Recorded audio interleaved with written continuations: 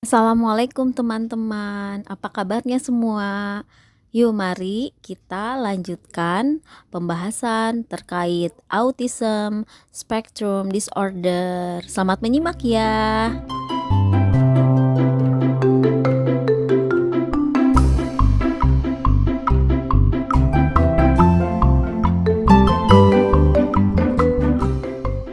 Khusus untuk teman-teman yang selalu menyimak, saya ucapkan terima kasih atas dukungannya melalui like, subscribe, dan komen, juga menyalakan loncengnya untuk mendapatkan video-video terbaru kami. Berikutnya adalah ibu bapak sekalian, ternyata yang punya gangguan interaksi komunikasi perilaku ini juga tidak hanya anak autism. Kadang-kadang beberapa gejala autism ini bisa juga beririsan dengan gangguan-gangguan yang lain. Misal ada ODD, oppositional defiant disorder, anak perilaku menentang. Anak autis karena disuruh nggak mau menurut kan, irisan sama DD. Atau ada anak dengan spesifik learning difficulties, beberapa anak autis bahkan ada juga yang susah banget mengenali huruf, kebalik-balik juga gitu. Anak autis banyak yang nggak bisa diam juga, nanti kayak anak ADHD. Anak-anak autis tadi susah menyesuaikan diri dengan aktivitas rutin. Kesannya cemas kalau lagi ganti guru, cemas ganti pindah jalan ke tempat yang lain dia cemas, bisa jadi tertukar dengan anxiety disorder. Atau berapa ada gerakan mulut, omongan yang diulang-ulang, atau gerakan badan bisa tertukar dengan authority disorder. Atau beberapa ada anak yang keterpakuan harus gitu terus, bisa tertukar dengan obsesi kompulsif disorder. Bahkan ada yang suka tertentu, pinter kayak anak gifted. Jadi ada beberapa bisa ada irisan-irisan dengan gangguan lain ya. Jadi belum tentu semua anak yang punya itu.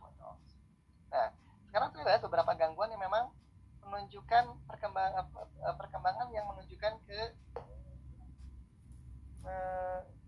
gejala autistic behavior. Pertama, saya bahas dulu CP deh ya. Pikir kan teman-teman mungkin pernah lihat anak CP yang kok gerak-gerakin tangan gitu ya. Saya kasih contoh. Saya izin stop dulu.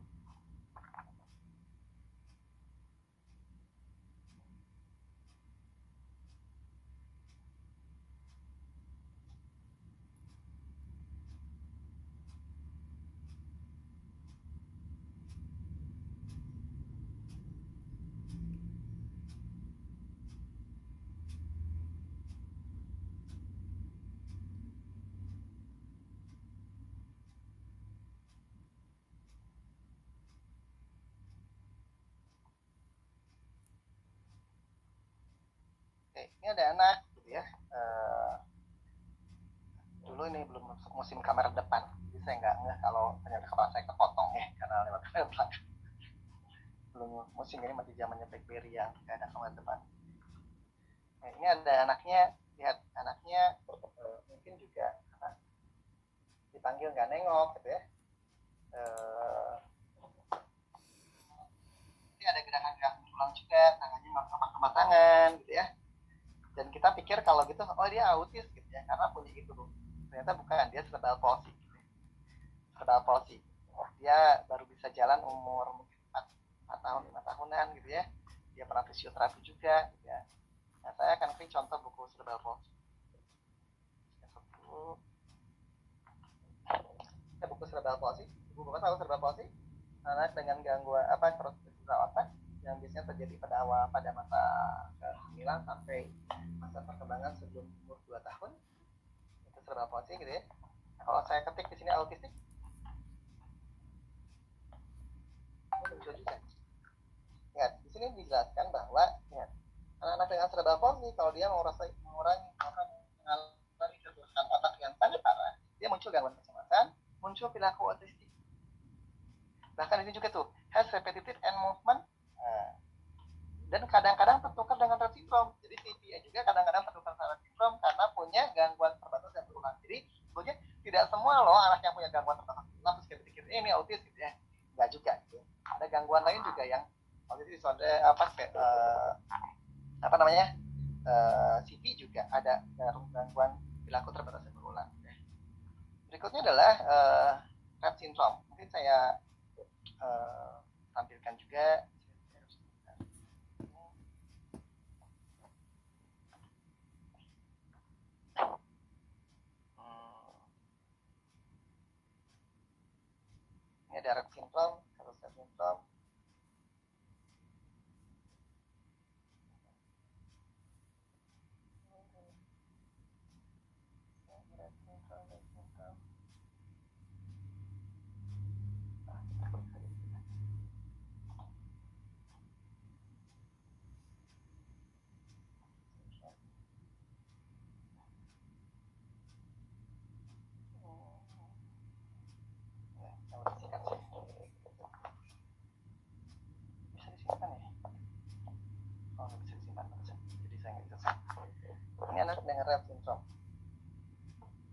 Lihat gerakan tangannya.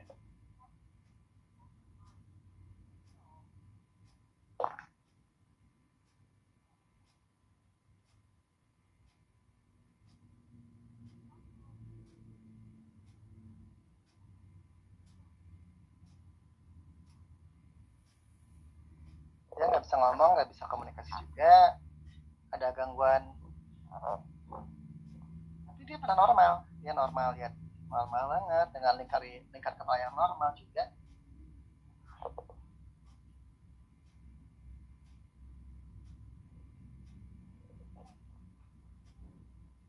Nah, dia bisa ngomong sih ya, punya anjingnya.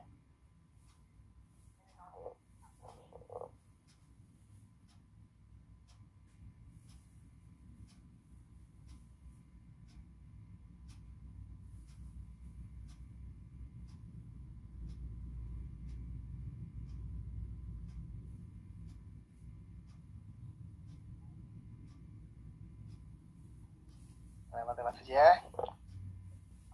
Nah, saya hanya ingin menunjukkan ke teman-teman bahwa ternyata ada gangguan-gangguan lain loh yang mirip autism tapi bukan autism. Walaupun katanya sama, komunikasi ada, gangguan komunikasi ada. Berikutnya adalah childhood disintegrative disorder atau late onset of autism disorder. Nanti ada bahasa ini.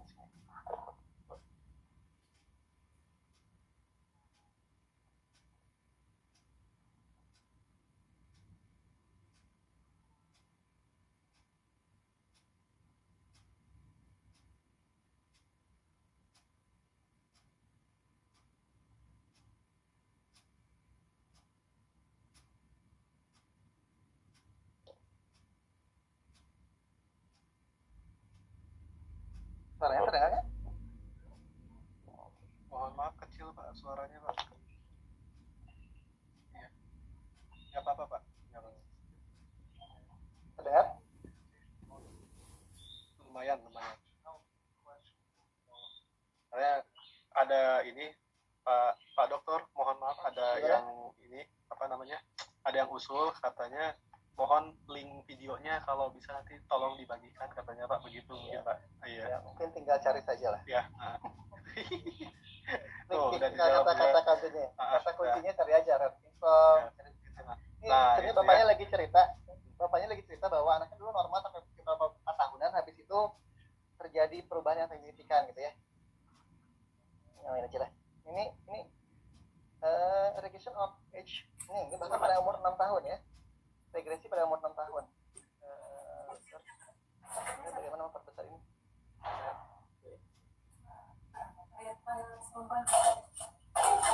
Bagaimana menghilangkan ini? Yang mana Pak? Ya kalau kita lihat perilakunya hampir sama sekali, mirip sekali dengan autisme. Tapi dia terjadi waktu umur 6 tahun. Ini namanya childhood disintegrative disorder. Suka nutup lampu juga, mati lampu gitu, ngulang-ngulang perilaku nanti gitu ya. Jadi teman-teman bisa tonton gitu ya. Satu lagi saya pengen nunjukin, saya pengen nunjukin satu lagi yang ini kayak autism tapi terjadi gara-gara adanya tumor di otak, namanya tuberous sclerosis. Jadi anaknya kalau udah begitu tumor otak, dia nanti mirip autism, tapi bukan autism karena autism by gen dia awalnya normal, terus ada tumor otak baru mirip autism. Ini namanya bukan autism, tapi namanya tuberous sclerosis. Nggak tahu ya, mungkin karena saya lama kerja di rumah sakit ya, mungkin jadi agak saya pengen menjelaskan ke teman-teman bahwa nggak semua yang mirip autis atau autis. Teman-teman harus belajar lebih banyak tentang gangguan lain yang menyerupai autis. Coba kita ada bahasa nggak ya?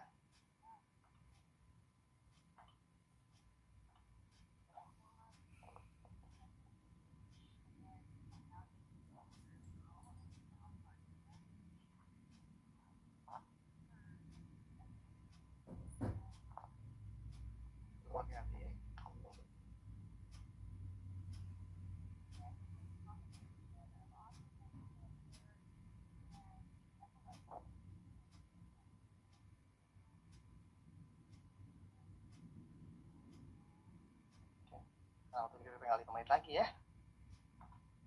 Ya, mohon maaf Pak, 5 menit lagi, Sebentar Pak. ini. Ini tadi saya belum bilang ya. Sebentar. Ini ada kasus kayak autism, tapi bukan autism. Dia tuberous sclerosis. Dia gara-gara tumor. Dia normal dulu terus gara-gara tumor terus kayak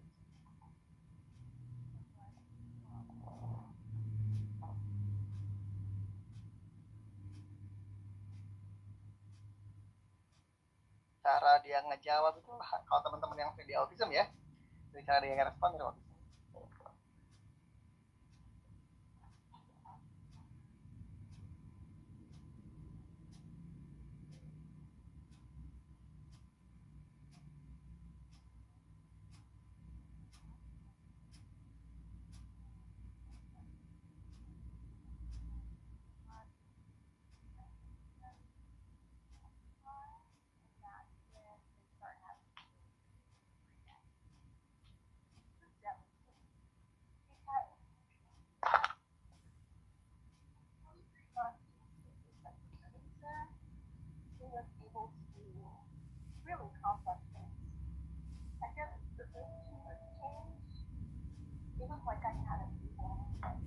Dah, nanti tonton saja lah. Cari aja tuberous sclerosis di itu di YouTube.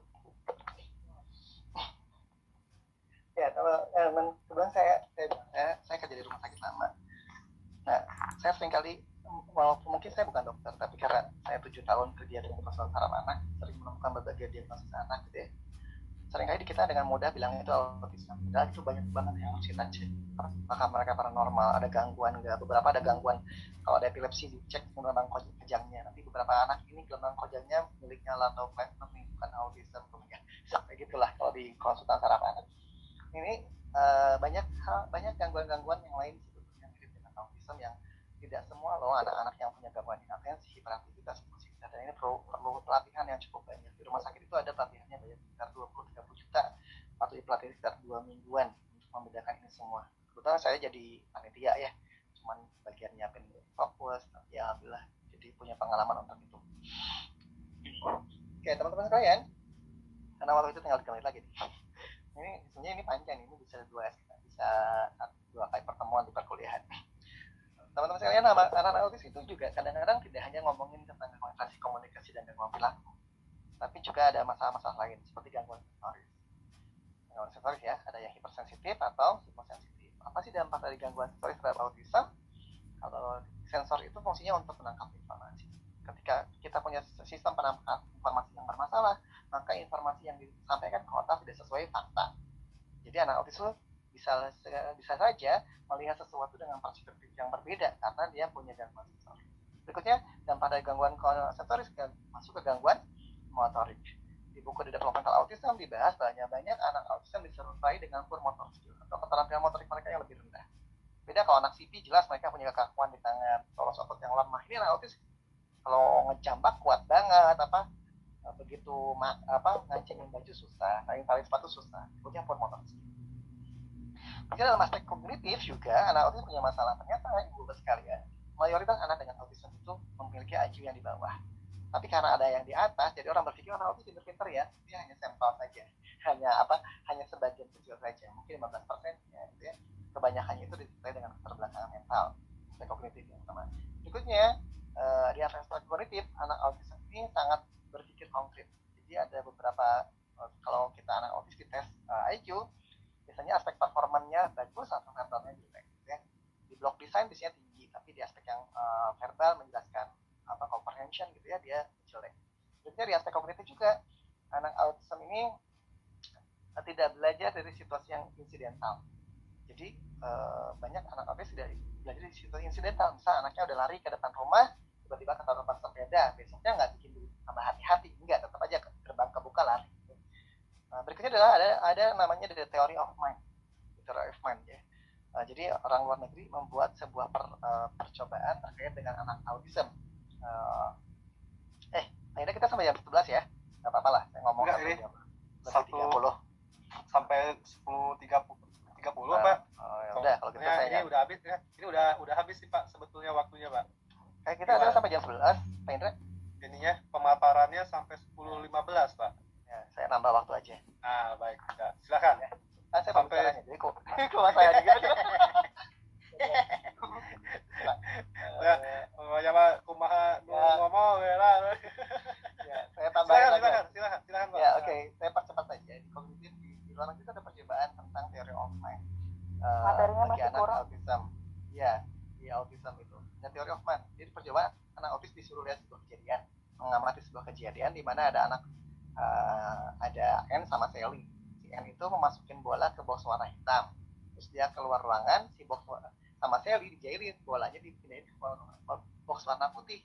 Terus ditanyalah anak-anak dengan tipikal development sama autism, kalau si N balik lagi ke ruangan, dia akan mencari di box warna apa? Ya, anak dengan tipikal development bilang di warna hitam. Nah, anak autis ini bilangnya di warna putih karena yang dia lihat terakhir bolanya di warna putih. Nanti di teori itu sampai muncul di teori of mind of autism bahwa anak autis itu nggak bisa memposisikan di posisi orang lain. Mereka autis punya gangguan masalah dengan regulasi diri juga, mengontrol diri gitu ya. Juga punya gangguan penyerta lain, misalnya disorder, beberapa kejang gitu ya. Saya percepat aja karena udah mau habis kayak enak perintah kalau terlalu lama juga. Ya, Nggak berikutnya apa-apa Pak. Nggak saya apa-apa. percepat aja. Ya, oke.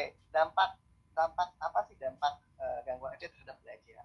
Ibu bapak sekalian, yang paling signifikan seperti ini sebenarnya banyak banget dampaknya. Kalau saya jelasin dampak sensorik ke belajar, motorik ke belajar ini panjang banget nggak selesai. Tapi saya ambil yang paling signifikan yaitu gangguan. Makanya saya cuma bikin satu, belajar yang pasif. Jadi dampak dari gangguan spasial itu yang paling jelek apa? Dia nggak ngamatin orang lain. Padahal di antara anak-anak dengan tipe development, mereka banyak menguasai banyak hal itu dari mengamati orang lain, dari belajar dari orang lain. Misal, anak saya liburan ke kampung, begitu liburan saya pulang-pulang tiba-tiba, aku jadi bisa nangkap lalat gitu. Dengan ngapain kan nggak belajar tuh lihat temannya nangkap lalat. Jadi banyak, bahkan anak-anak kita tahu bikin saya bisa masak sop itu nggak pernah saya diajarin sama ibu saya masak sop, cuman lewat ke dapur aja masak sop itu kayak gitu. Jadi bisa cuci tangan, beberapa anak nggak bener-bener ajain, dek cuci tangan tuh kayak gini nih, pertama buka keran, ini kan enggak, cuma lihat, diulang dia bisa. Nah, berarti sebetulnya yang paling menurut saya kondisi yang paling penting digarisbawahi adalah ketika kita mengajar anak SD, terutama yang dia autistic disorder ya, kalau yang Asperger syndrome mungkin dia sudah lebih baik lah, adalah kita sedang bertemu dengan pelajaran asli. Maka kita harus menemukan metode yang pas. Maka anak autis ini kalau nggak diajarin, kenapa? Ibu boleh cek ke teman-teman terapis lah atau guru-guru di SLB. Ketika liburan, kurang liburan, tambah pengetahuan atau pada hilang materi yang diajarin. Karena mereka belajar yang pasif.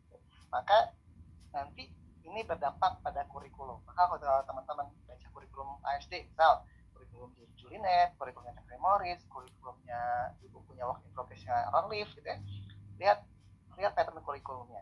Pasti mereka pada ngajarkan tentang bagaimana attending skill, memperhatikan orang, bagaimana mengajarkan joint attention, bagaimana mengajarkan imitasi. Kenapa? Anak autis yang mau imitasi perlu belajar imitasi agar bisa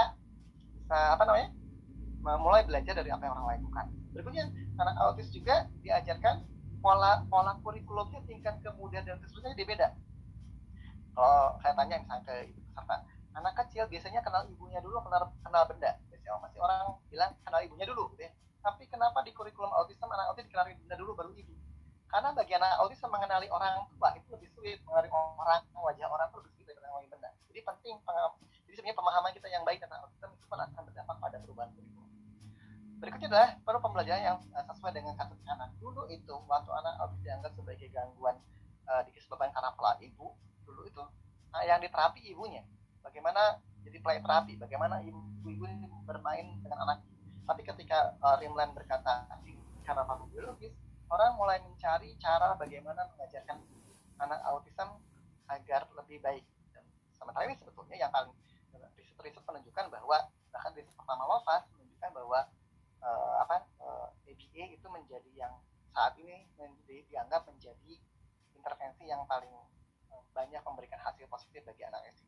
Walaupun jangan samain ya Bu ya, ABA dulu sama ABA yang sekarang itu udah mulai banyak berubah dengan ABA Lovas sekarang. Nah, terakhir Ibu sekalian, ini penting kita pahami tentang apa saja yang mempengaruhi perkembangan anak autis. Yang pertama, usia anak saat didiagnosis dan intervensi. Ini penting. Banyak anak autis kan di kita tuh banyak kalau orang nggak ngomong, tenang aja nanti ngomong. Anak 2 tahun belum ngomong, tenang nanti juga ngomong gitu ya. Padahal bisa jadi itu salah satu tanda dari gangguan autis. Kalau kita menemukan anak autis baru didiagnosis umur 5 kemampuannya 1 tahun, dia tertinggal 4 tahun. Tertinggal 4 tahun itu nggak simpel. Kenapa? Karena ngejar ketertinggalan 3 tahun ini nggak simpel, karena umurnya nambah. Cuma kalau umurnya bisa di pos enak.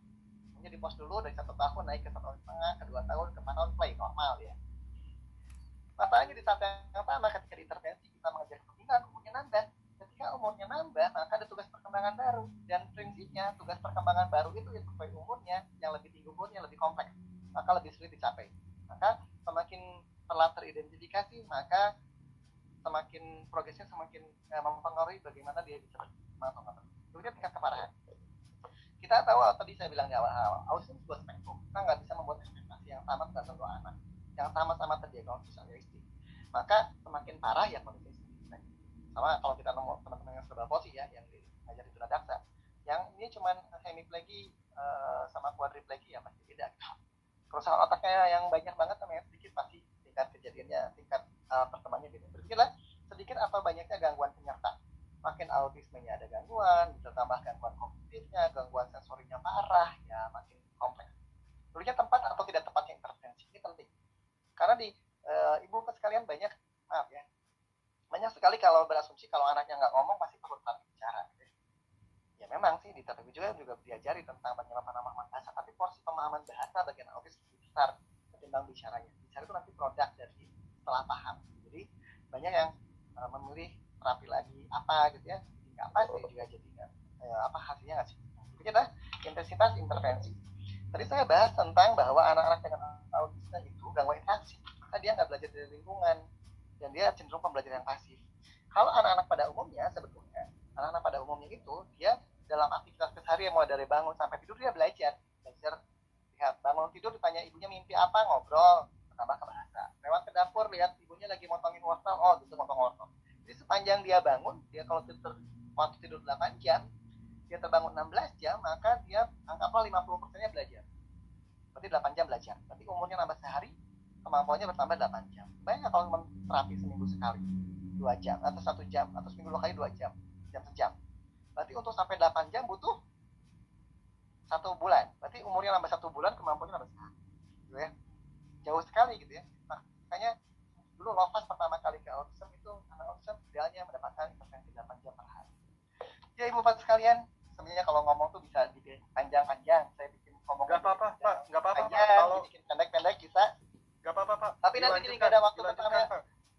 Jadi nggak ada waktu bertanya Pak Indra. Kalau jadi gini, mohon maaf Pak Yoga, ada instruksi. Ini apabila belum selesai silahkan diselesaikan Pak. Jadi gitu, karena memang penasaran ini gitu Pak, katanya Pak. Oke, kalau penasaran nanti boleh ikut di webinar yang lain. Ya, kita baik. ini saja, saya sudahi dulu. Mudah-mudahan bisa diperkaya dengan diskusi kita. Saya pengen juga yang gabung-gabung mungkin juga banyak ahli-ahli di bidang autism yang saya tinggal nanya aja. Mungkin ada yang mungkin nggak bertanya, mungkin cuma konfirmasi mungkin. Baik, Pak Indra, mungkin itu yang saya sampaikan. Mudah-mudahan yang disampaikan bisa bermanfaat bagi teman-teman. Ini sebagai pembuka wawasan saja bagi kita, mudah-mudahan yang tidak bisa bermanfaat. Enggak. Baik, alhamdulillahirrahmanirrahim. Terima kasih banyak Pak Dokter atas pemaparannya yang sangat detail, dan saya setuju tadi bahwa ini butuh 3 SKS untuk membahas soal ini gitu. Di PLB ada 2 mata kuliah Pak Indra ya? Betul untuk membahas ada 4 SKS. Lebih ya. Nah, jadi baik pemirsa yang kaki kirinya agak ke belakang dikit ya. Mohon maaf. Gini ya. Okay. Kaki kiri. Tolong kaki kiri. Pak Denny, kaki kiri Pak Denny. Tolong di-mute Pak Denny. Ya, terima kasih. Baik, mohon maaf ini saya agak tegas ya, mohon maaf ya, seperti Satpol PP ini saya nih ya. Ini ada beberapa pertanyaan yang sudah masuk, dan mohon maaf pemirsa yang budiman sekalian, akan saya sortir ya, tidak semuanya, karena ternyata ada satu nuansa ini pertanyaannya, ada yang nada-nadanya sama begitu ya. Jadi mohon maaf apabila tidak dibacakan semuanya, dan yang raise hand nanti insya Allah akan direspon ya. Saya coba ini Pak, mohon maaf. Nah teman-teman, bagaimana terkait autism ini? Barangkali sudah paham ya sekilas terkait apa itu ASD, gejalanya, dan seperti apa. Kita akan lanjutkan di video berikutnya terkait ASD ini. Kita akan bahas terkait dengan Q&A atau question and answer dari peserta yang akan dijawab juga oleh pakarnya. Terima kasih atas segala dukungannya.